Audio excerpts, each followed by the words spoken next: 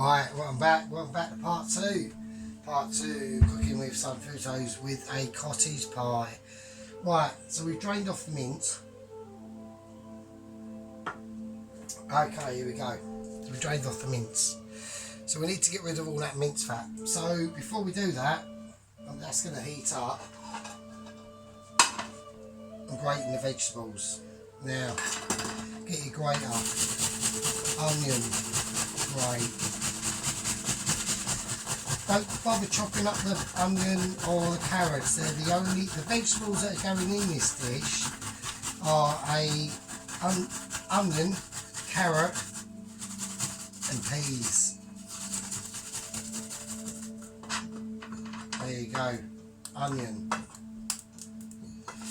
I'm putting about one medium-sized onion, and because I buy Happy Shopper onions, but I've been poor for quite a long time. Not poor, I'm not like, you know, fucking, I'm not like third world fucking shithole poor, but I haven't got that much money, so a long time ago I had to learn how to cook decent food for myself, do you know what I mean? So anyway, that's the onion grated. Carrot, great carrot. That's kicking off. I'm going to turn that down a little bit. Oh, that is going for it. Right. Extractor's going on. Yeah, so, but basically, as long as you've got a decent setup of herbs and spices and things that can go with other things, you just get a bit creative.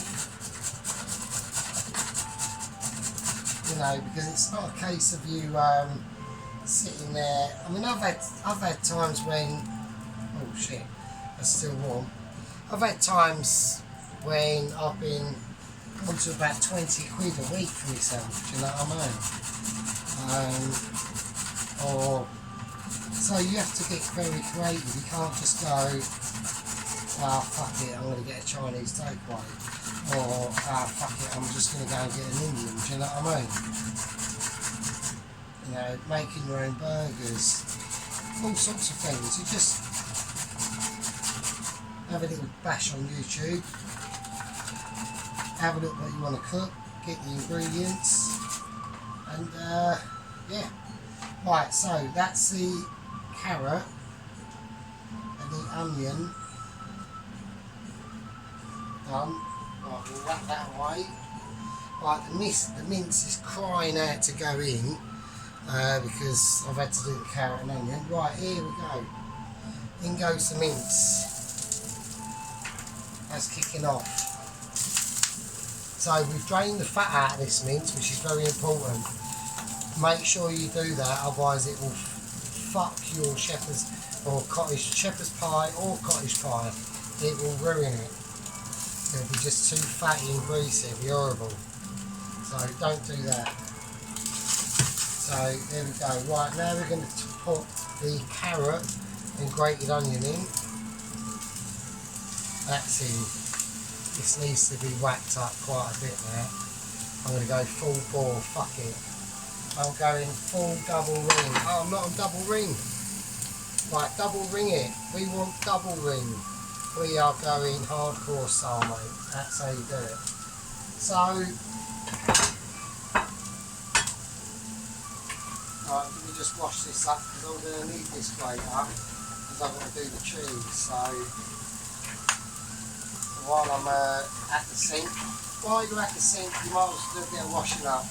You know, I try to keep the kitchen as tidy and organised as possible. You know, like I've got all my bits and that. Right, I'm yapping and I need to be keeping an eye on fucking cooking, don't I? Right. Yeah, I could have done with, right, I mean, right, you're actually, to be honest with you, while this is doing this, you're thinking, well, this is cottage pie, isn't it? Where's the mash? I'll show you where the mash is. The mash is here.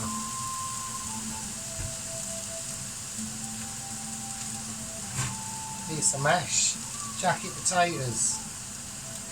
Jacket potatoes? What the fuck is he going on about?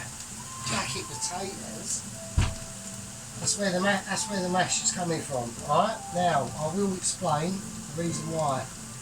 You'll get a lot better flavour from your potato, and when you mash it, if it's done and cooked in its jackets.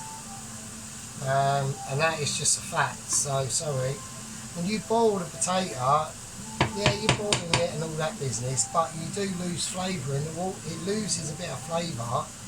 The actual, believe it or not, potato has a flavour, and the different types and variations. This is Maris Pipers. I was going to get some reds, Rooster Reds, but I normally go Maris Piper anyway. They're a really good potato. Right, we're mixing this up. This has got to be frying. I need this to be really. Just move the vegetable stock out of the way, and we'll turn that down a little bit. Need this cooking off, mate. Right, so that's how we're going to do the mash. That is going to be. This video might actually be a 4-parter. Actually, I know it's a simple dish, but there's lots of different steps to it. Right, now I'm going to add in rosemary and thyme.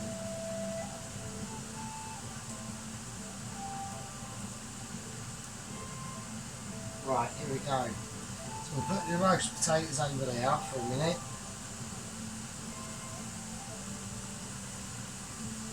Right, I'm just stripping the leaves off the rosemary, because I want to try and cut them up as much as I possibly can, really. Don't just whack that in, obviously. Try not to do that.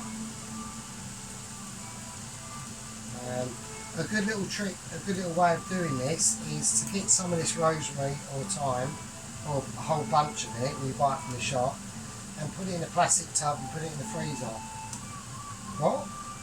Yeah, just do that, because it freezes, doesn't it? And it's fresh, fresh frozen, I suppose you could say. But when you come to strip it of its leaves, it'll just be brittle, and it'll just it'll just, you know, go into dust. So, right, so I've got to try and find a knife. It's going to be able to do that. I'm picking this knife because it's got a slight bend on it, so I can, or try to, you know what I mean? I'm not a chef, so.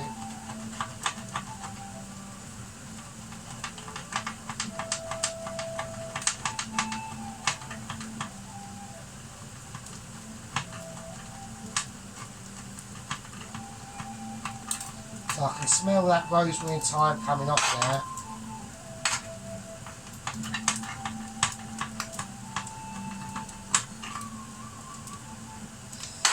Right, so I'm not a skilled chef, I'm just doing my best, you know what I mean? Trying to cut this quite fine to go into that mince and onion and carrot mix. There is one ingredient that I forgot to put in, and I will rectify that in a minute. Right, this is going to be a very herby dish. That's going in, fuck it, that'll do. I'm going on, that'll do. Right, one of the things I forgot to put in was garlic.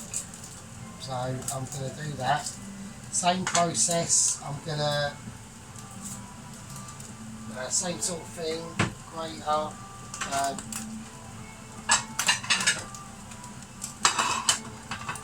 We'll do it on a slightly finer grade though. There we go. Garlic, done.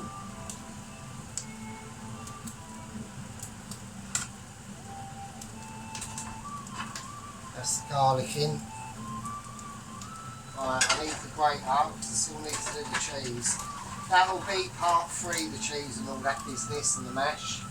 Because I've got other things to do, so not other things to do, but I need to get other stuff prepared and ready. Okay, so that's in. Shit. Right, now we've got to take this off. we're just going to let that cook out for a little bit. Right, back on the heat. Now we add the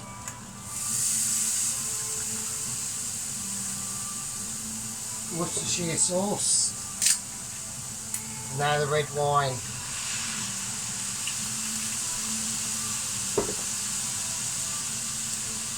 Turn that back on.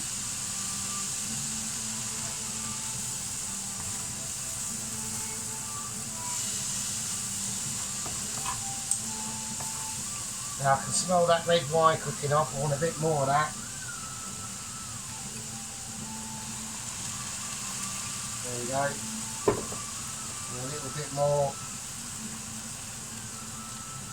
of Worcestershire. Right. Because I've still got chicken stock to go in this. So, what have we done? Let's do a recap. Okay. We have drained the mince. We've whacked the mince in. We've got grated onion, grated carrot, grated garlic, and we've got the tried to be cut as finely as I could be bothered, basically. Rosemary and thyme. Now, this is where we're going to season it. So we're now giving it a season. I'm going to go for a bit of black pepper and I'm going to go for a bit of white. Why not? Fuck it. There you go, have some of that made. Right, so that's now mixing together now quite nicely. The wine's are soaked up into the actual dish. Now we're going to do the chicken stock. So I've got this out of the freezer hours ago. And this is pure chicken stock, boiled up chickens. This is actually a 2-day chicken stock. It took me 2 days to do. Right, so it's defrosted now because it was frozen. But and the chicken was literally the backbone. When you quarter a chicken, all the crap you don't want, the chicken wings, the lot. Right, so that's the chicken stock in. And it's pure chicken stock, nothing else, no salt, no pepper, nothing, just chicken stock. Right, so I'm going to let that do its thing. And last but not least, tomato puree, very important, do not forget this fantastic ingredient. Some of that in.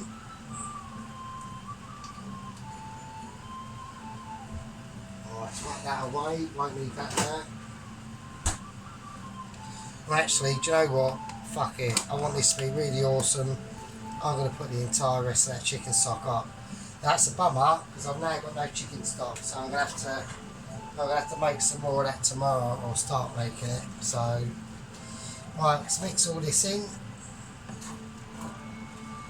And what we're going to do is we're going to let this reduce down until it's nice and thick. We could add some corn flour to thicken it up, but that's cheating, so we're not going to do that. So I want that to reduce down a bit. That's going to be done now. Peas go in last. That's lastminute.com when we put the shepherd's pie in the dish and put it in the oven to bake. That's why I reckon it's going to be a 4-parter. Anyway, in the next video it's going to be the mash, the cheese, this will be reduced down, the serving it in the dish and putting the mash on, more parmesan, blow up. It'll be in the next one. Anyway, that's part 2. See you in part 3.